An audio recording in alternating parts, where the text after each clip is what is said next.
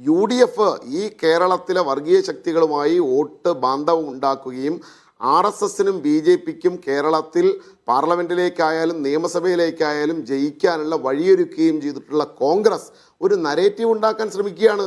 അതിന് SDPIയുടെ പേരോ ജമാഅത്തെ ഇസ്ലാമിയുടെ പേരോ PDPയുടെ പേരോ ഒക്കെ കേരളത്തിലെ പ്രതിപക്ഷ നേതാവ് പറഞ്ഞാൽ അതിനൊപ്പം ചേർന്ന് പറയേണ്ടവരല്ല ഞങ്ങൾ, അല്ലെങ്കിൽ അതല്ല ഞങ്ങൾ ഉദ്ദേശിക്കുന്നത്. ഇവിടെ RSSും BJPയും ഈ കേരളത്തിനകത്ത് നിയമസഭയിലേക്കും പാർലമെൻറ്റിലേക്കും ജയിച്ചിട്ടുണ്ടെങ്കിൽ ആരുടെ വോട്ട് കൊണ്ടാണ് ജയിച്ചത്?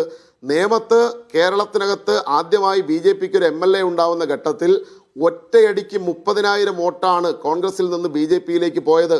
ആരാ കൊണ്ട് കൊടുത്തത്? ഈ പ്രതിപക്ഷ നേതാവിൻ്റെ കോൺഗ്രസ് അല്ലേ കൊണ്ട് കൊടുത്തത്. ഇപ്പോൾ തൃശ്ശൂരിലെ പാർലമെൻറ്റ് മണ്ഡലത്തിൽ എങ്ങനെയാണ് ശ്രീമാൻ സുരേഷ് ഗോപി BJP സ്ഥാനാർത്ഥിയായി ജയിച്ചു കയറിയത്? ഞങ്ങൾക്ക് നിലവിലുണ്ടായിരുന്നതിനേക്കാൾ ഏതാണ്ട് 15,000-ഓളം വോട്ട് ആ മണ്ഡലത്തിൽ വർദ്ധിപ്പിക്കുമ്പോൾ 1.5 ലക്ഷത്തിലധികം വോട്ട് കോൺഗ്രസിന്റെ കുറഞ്ഞതുകൊണ്ടാണ് വർഗീയ ശക്തികളുമായി കേരളത്തിനകത്ത് കഥയും പലകുറി പറഞ്ഞിട്ടുണ്ട്. ഇത്തവണ എൻ്റെ ചോദ്യം വളരെ കൃത്യമാണ്. പാലക്കാട്ടെ SDPIക്കാരെ നിങ്ങൾ തള്ളി പറഞ്ഞവരാണ് കഴിഞ്ഞ 2-3 മാസം മുമ്പ്. ഇപ്പം നിങ്ങൾക്ക് ആ SDPIയുടെ വോട്ട് വേണ്ട. SDPI എന്നൊരു വാക്ക് ഞങ്ങൾക്കത് വേണ്ട. ഞാൻ പറഞ്ഞ പിണറായി വിജയൻ പറഞ്ഞിട്ടുണ്ട്. നിങ്ങൾക്ക് പോയ യൂട്യൂബിൽ സെർച്ച് ചെയ്യാം, വേണമെങ്കിൽ ഞാൻ ഇപ്പോൾ ലിങ്ക് അയച്ചു തരാം. SDPIയുടെ ജമാഅത്തെ ഇസ്ലാമിയുടെ വോട്ട് വേണ്ടെന്ന് പറയാൻ UDFന് ധൈര്യമുണ്ടോ? ഞങ്ങൾ പറയുമെന്നാണ് അദ്ദേഹം പറഞ്ഞത്. 2022 പാർട്ടി സംഘടനാ റിപ്പോർട്ടിൽ പറയുന്നു RSSന്റെ കാൽപ്പാടുകൾ പിന്തുടരുന്ന തീവ്രവാദ സംഘമാണ് SDPI, അവർക്കെതിരെ ജാഗ്രത വേണമെന്ന്.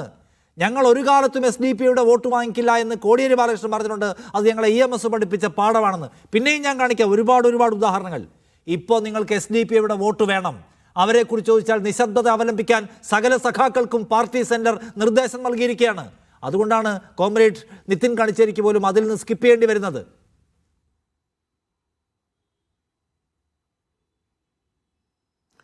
നിഷാദെ, ഞങ്ങളുടെ EMSൻ്റെയും കോടിയേരി ബാലകൃഷ്ണൻ്റെയും മാത്രമല്ല, നിങ്ങൾ ആരുടെയൊക്കെ പ്രസംഗം എടുത്ത് നോക്കിക്കോ, ഇടതുപക്ഷ ജനാധിപത്യ മുന്നണിയുടെ ഏത് നേതാവിൻ്റെയും കമ്മ്യൂണിസ്റ്റ് പാർട്ടിയുടെ നേതാവിൻ്റെയും പ്രസംഗമോ അല്ലെങ്കിൽ അവരുടെ എഴുത്തോ എന്തെടുത്ത് നോക്കിയാലും എല്ലാ വർഗീയ ശക്തികളെയും വർഗീയ നിലപാടുകളെയും തള്ളി പറഞ്ഞുകൊണ്ടാണ് ഞങ്ങൾ നിന്നിട്ടുള്ളത്.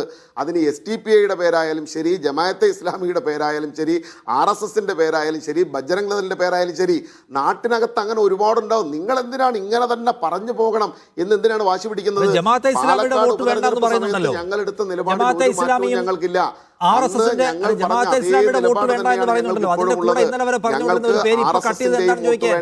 ഞങ്ങൾ അല്ല, ജമാഅത്തെ ഇസ്ലാമിയുടെയും വോട്ട് വേണ്ട, ഒരു വർഗീയ ശക്തിയുടെയും വോട്ട് ഞങ്ങൾക്ക് വേണ്ട.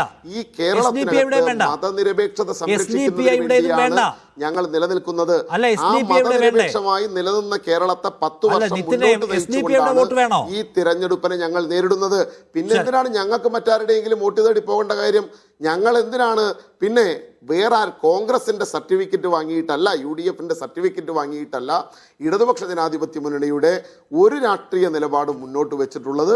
ഈ തെരഞ്ഞെടുപ്പിലും ഞങ്ങൾ എടുക്കുന്ന നിലപാട്, ആ നിലപാടെടുക്കുന്നത് കോൺഗ്രസ് ആണ്.